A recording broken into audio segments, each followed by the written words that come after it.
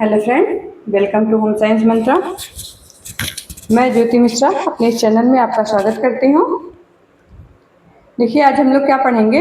हम लोग जो पढ़ रहे थे थेरेपेटिक डाइट में क्या पढ़े थे, यकृत से होने वाली बीमारियाँ। यकृत में जो सारी बीमारियाँ होती हैं वो सारी चीज़ें हम पढ़ रहे थे। और क्या क्या पढ़ रहे थे, पीलिया के बारे में हम लोगों ने पढ़ लिया था, यकृत सिरोसिस पढ़ लिया था। अब हम लोग क्या पढ़ेंगे, हेपेटिक क्रोमा। क्या पढ़ेंगे, हेपेटिक क्रोमा। तो जो हेपेटिक क्रोमा है क्या है, देखिए, जो हेपेटाइटिस, पीलिया तथा यकृत के सिरोसिस, ठीक है, ये सारी चीज़ें होती हैं वो हिपोटिक क्रोमा एवं क्रोमा उत्पन्न करती है। क्या, जब ये सारी बीमारियाँ हो जाती हैं तो हेपेटिक क्रोमा की स्थिति हो जाती है। और ये क्या है, कैसा रोग है, तो ये जो है एक गंभीर एवं नाड़ी संबंधी, क्या, नाड़ी संबंधी बीमारी है। ठीक है, किसके कारण ये होता है, ये वायरल हेपेटाइटिस के कारण, पीलिया के कारण, यकृत के सिरोसिस के कारण, बुखार के कारण, या फिर यकृत संबंधी शल्य चिकित्सा होने पर, या अत्यधिक मद्यपान, विषाक्त पदार्थों के सेवन, मतलब इन सभी कारणों से क्या होता है हमारा हेपेटिक कोमा। ये छोटा सा एक टॉपिक है, तो इसको आज हम लोग कंप्लीट कर लेते हैं, जिससे आज हमारा एक कवर हो जाए। क्या, यकृत से होने वाली बीमारियों के बारे में क्या लिखेंगे हम लोग, हेपेटिक कोमा। क्या क्या, हेपेटिक कोमा।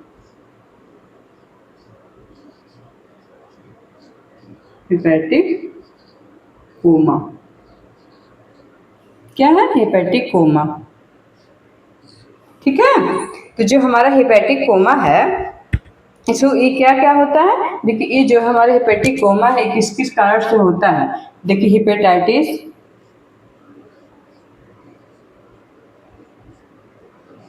हेपेटाइटिस,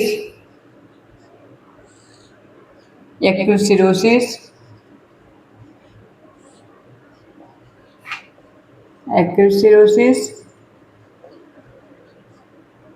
और क्या, पीलिया, इन सभी की स्थितियों में क्या होता है, इन सभी की स्थितियों में क्या हो जाता है हमारा हेपेटिक कोमा।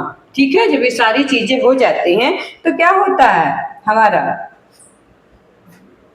इस हेपेटाइटिस, यकृत सिरोसिस, पीलिया, ये सब होने के बाद क्या हो जाता है हमारा हेपेटिक कोमा। ठीक है, क्या होता है, हेपेटिक कोमा।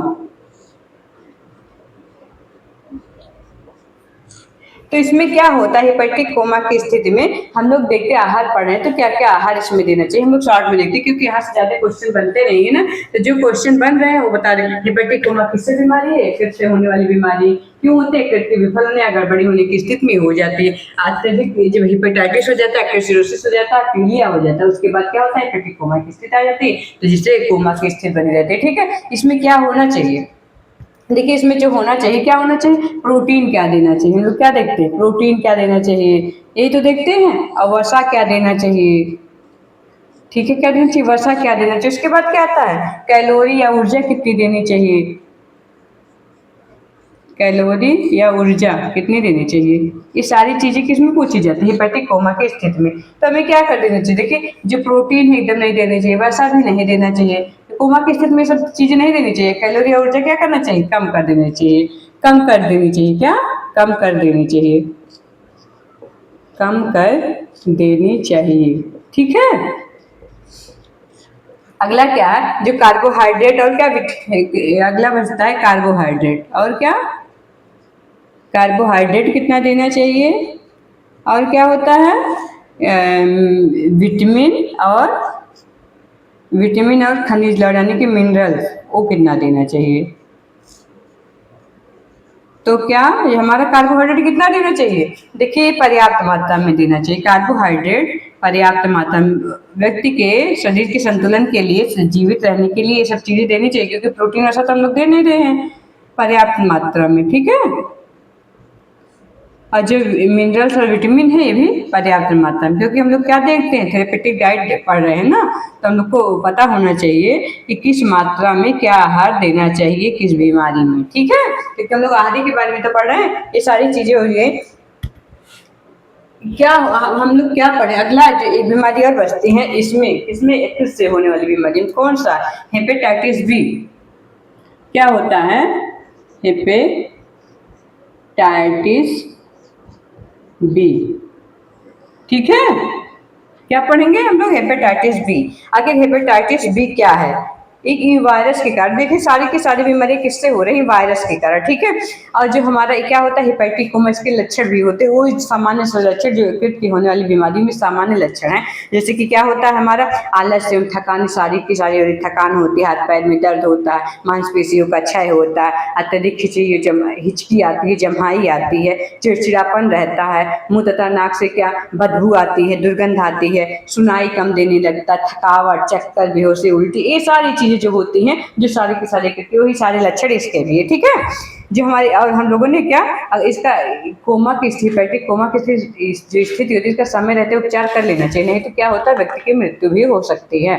हम लोगों ने इसमें क्या पौष्टिक तत्व की क्या मात्रा होनी चाहिए, मतलब क्या क्या पौष्टिक आहार लेना चाहिए, वो सब हम लोगों ने देख लिया। प्रोटीन, वसा, कैलोरी, कार्बोहाइड्रेट, विटामिन, मिनरल्स क्या क्या कितनी मात्रा में लेनी चाहिए, तो हम लोगों ने क्या पढ़ कर लिया, सब कुछ आसानी से पढ़ लिया, ठीक है, कि किस हेपेटिक कोमा की स्थिति में क्या चीज कैसे देना चाहिए। ओके, अब हम लोग क्या पढ़ने वाले हैं? हम लोग पढ़ने वाले हेपेटाइटिस बी। क्या पढ़ रहे हैं? हेपेटाइटिस बी, ठीक है। क्या पढ़ेंगे? Hepatitis B. ओके, देखिए हम हेपेटाइटिस बी पढ़े। इसमें क्या ये वायरस के, हम लोग क्या देख सकते हैं कि ये वायरस के कारण होने वाला रोग है। क्या है? देखिए ये वायरस से होने वाला रोग है, वायरस से होने वाला रोग है।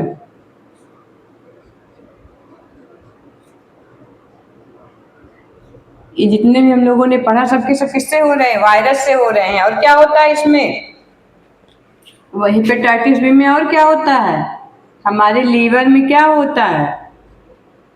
लीवर में जलन व सूजन होती है। क्या होती है? लीवर में जलन व सूजन होती है, ठीक है।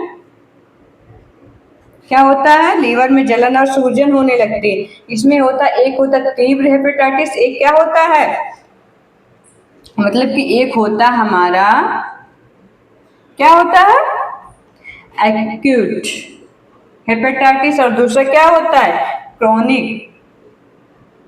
क्रोनिक एक कितने समय के लिए होता है, एक जो एक्यूट होता है कितने दिन के लिए होता है, ये हमारा होता है तीव्र, ठीक है।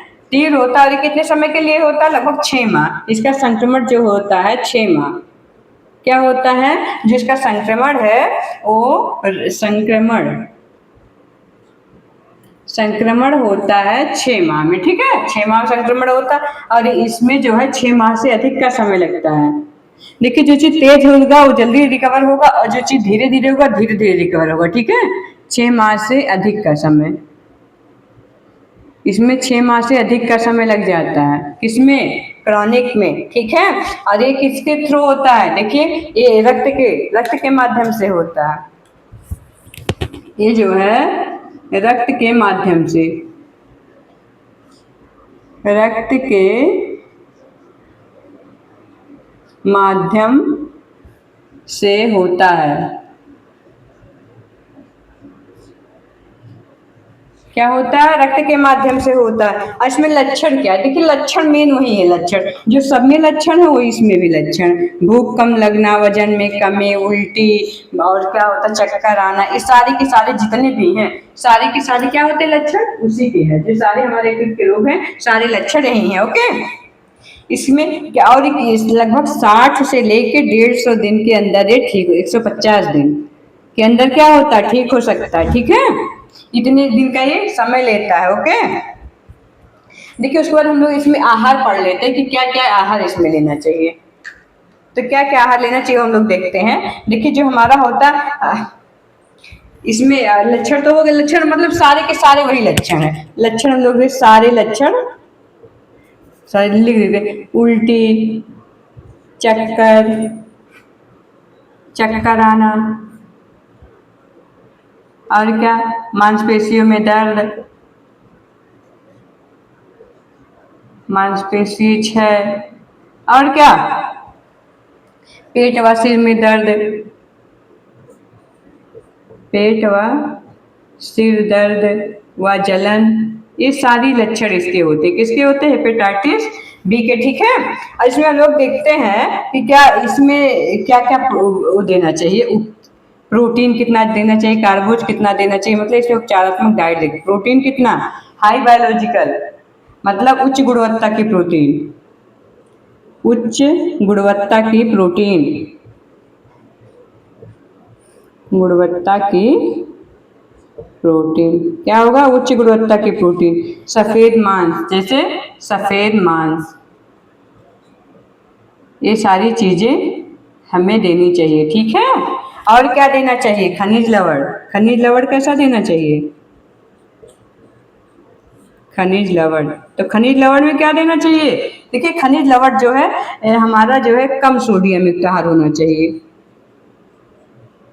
सब चीज तो देना चाहिए लेकिन सोडियम कम करने, कम सोडियम युक्त आहार, ओके। उसके बाद क्या आता है, खनिज लवण के बाद क्या है, वसा, वसा कैसा देना चाहिए। देखिए जो वसा है, वसा क्या करना चाहिए, कम कर देना चाहिए, कम कर देना चाहिए, कम कर देना चाहिए, ओके। उसके बाद क्या बनता है, कार्बोहाइड्रेट।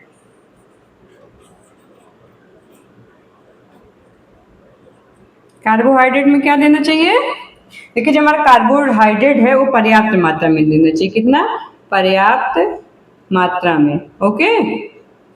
उसके बाद क्या बचता है हमारा, जो हमारा, उसके बाद हम लोग देख सकते हैं कि जो लहसुन है, ठीक है, लहसुन,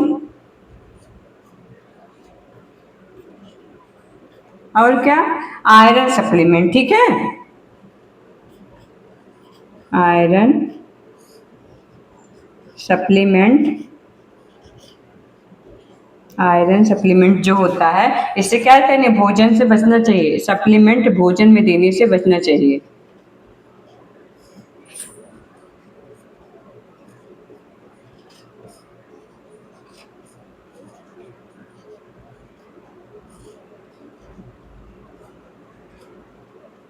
ठीक है,